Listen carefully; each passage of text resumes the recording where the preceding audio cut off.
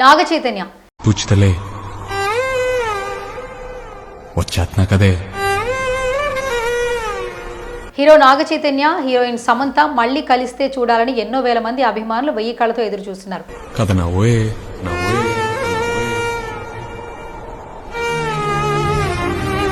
వీరిద్దరూ మాత్రం ఒకరికొకరు కొన్నాళ్లుగా అస్సలు మాట్లాడుకోవటం లేదు.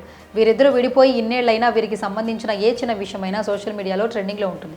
తాజాగా చైతూ శామ్ కలిసి ఉన్న ఒక వీడియో బయటకు వచ్చింది.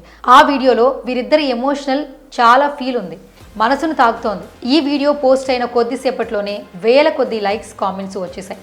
నాగ చైతన్య, సమంత ఈ ఇద్దరు గురించి ప్రత్యేకంగా చెప్పాల్సిన అవసరం లేదు.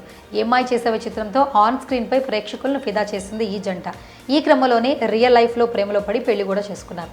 మ్యూచువల్గా ఎన్నో వేల మంది అభిమానులను సంపాదించుకున్నారు. 2017లో వివాహం చేసుకున్న ఈ జంటకు ఏమైందో ఏమో తెలియదు కానీ విడిపోయారు.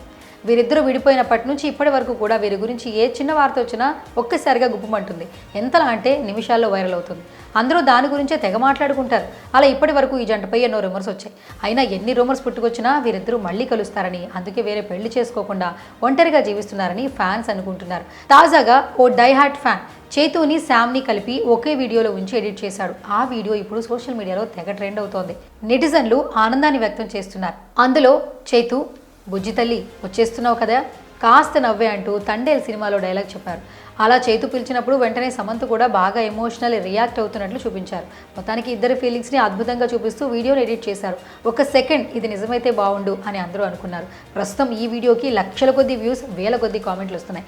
ఈ వీడియో క్లిప్ చూస్తున్న నెటిజన్స్, అభిమానులు తాజాగా బాగా ఎమోషనల్ అవుతున్నారు.